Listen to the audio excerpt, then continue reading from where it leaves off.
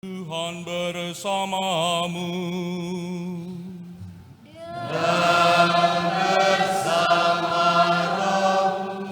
Inilah Injil Yesus Kristus menurut Lukas.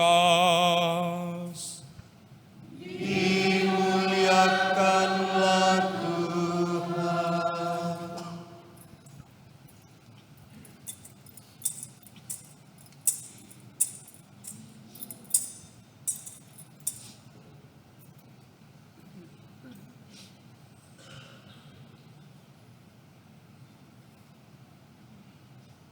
Setelah mendengar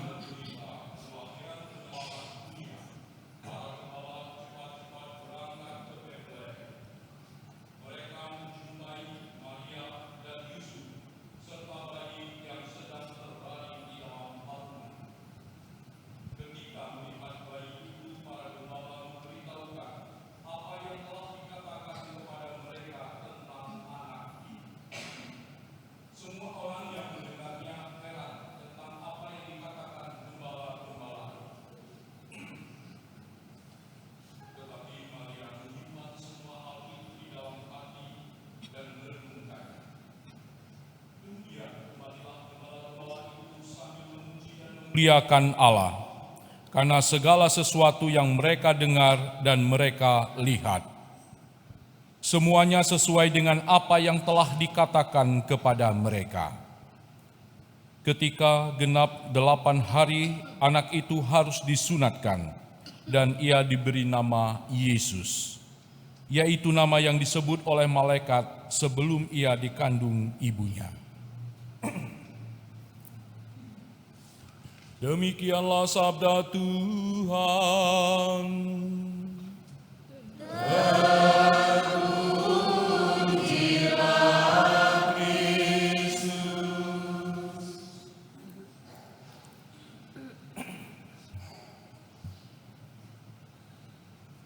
Silakan duduk.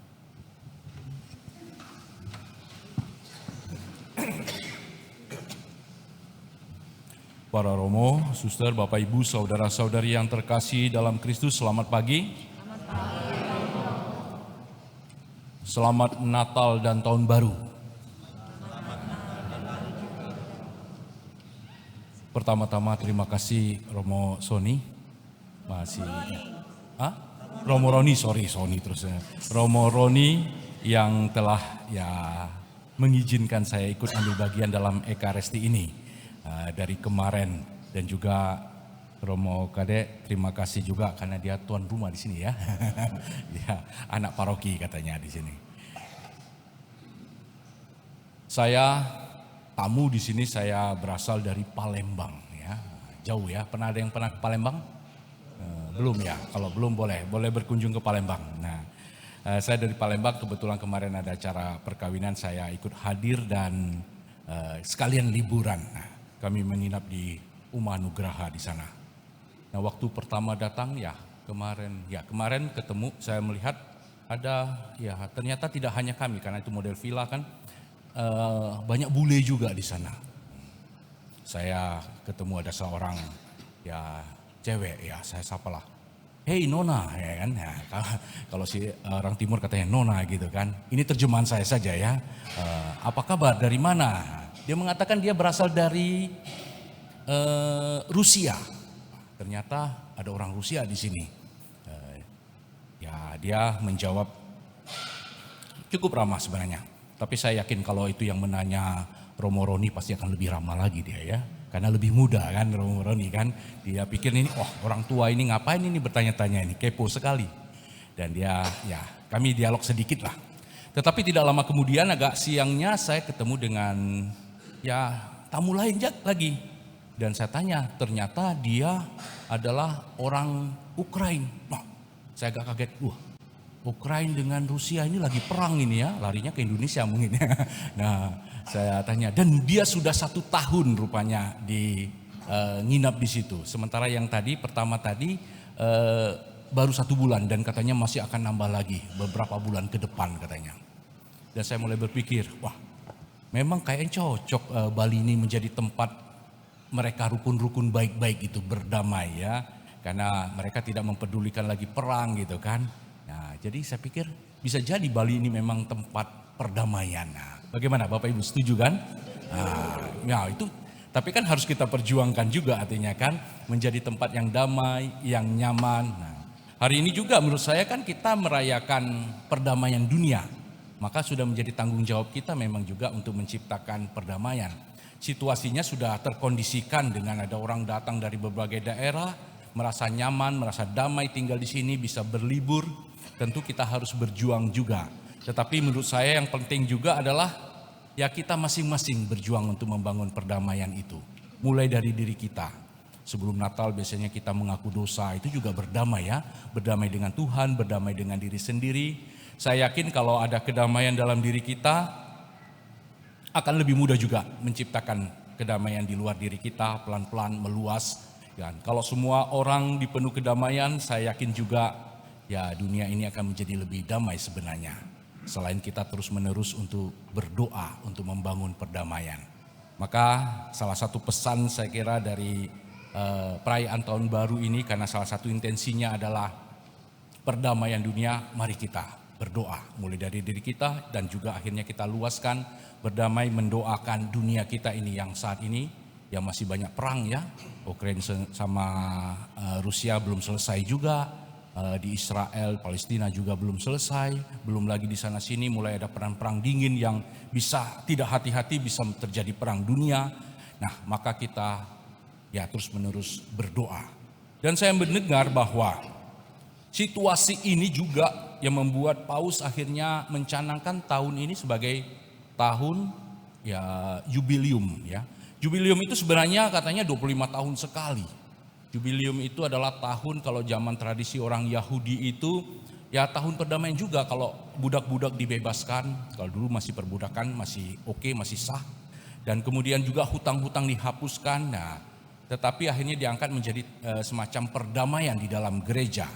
Dan tahun ini ya mungkin karena Paus merasa mendesak untuk diadakan lagi walaupun belum 25 tahun untuk diadakan tahun jubileum ini, di mana ya diharapkan kita memang ada perdamaian begitu. Maka sudah mulai dari dari Natal kemarin sudah dibuka beberapa pintu kudus ya, atau Porta Sancta itu. Bapak Paus menandainya dengan membuka Porta Sancta, dan diharapkan setiap uskupan yang ditunjuk beberapa daerah, saya tidak tahu persis itu, untuk membuat juga Porta Sancta. Romo, ini kita di sini Romo Roni ada juga Porta Sancta pasti ya? Atau di kuskupan atau paroki ini juga?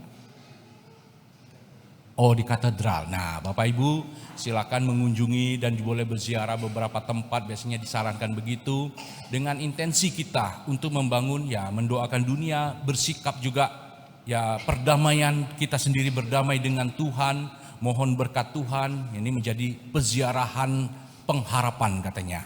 Nah, mari kita ikuti ajakan Bapak Paus ini untuk kita semua. Dan itu semua gerakan sedunia sebagai gereja Katolik.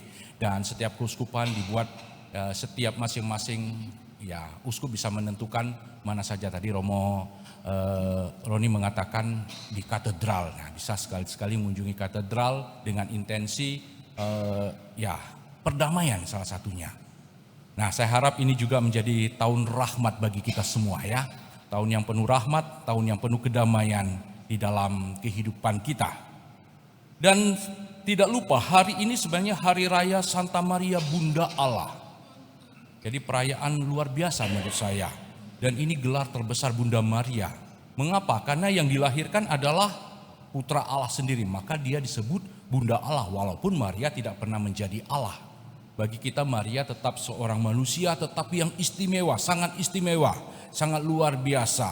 Dan karena dia dipilih Allah sendiri untuk menjadi ya bundanya, untuk lahir ke dunia, menjelma menjadi manusia, yang kita simbolkan dengan ya gua atau kandang Natal itu, di mana Yesus mau berkenan hadir menjadi manusia, Allah Putra menjadi manusia, itu melalui Bunda Maria, maka disebutlah ia Bunda Allah.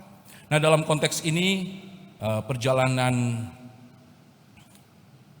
karya Yesus sendiri, mulai dari kelahiran nanti sampai di akhir wafatnya, Maria ternyata setia mendampingi. Dan dalam banyak hal Maria juga banyak pergulatan. Tadi juga dikisahkan di dalam Injil bagaimana ya segala sesuatu itu dialami Bunda Maria dan dia direnungkan dalam hatinya, dibawakannya dalam doa. Maka saya mengajak juga kita semua pada 1 Januari ini, Hari Raya Santa Maria Bunda Allah ini, kita juga menyertakan Maria dalam perjalanan-perjalanan kita. Baik itu tadi dalam konteks perdamaian dunia, perdamaian hati kita juga, maupun juga pergulatan-pergulatan kita. Karena kita juga adalah putra-putra Maria sendiri. Maka kita boleh memohon kepada Bunda Maria supaya menyertai kita. Karena ingat, Yesus pernah menyerahkan Maria kepada para murid. Para murid ini adalah cikal bakal gereja. Gereja adalah kita semua saat ini. Maka kita semua adalah ya seperti para murid, atau kita semua adalah anak-anak Maria sendiri.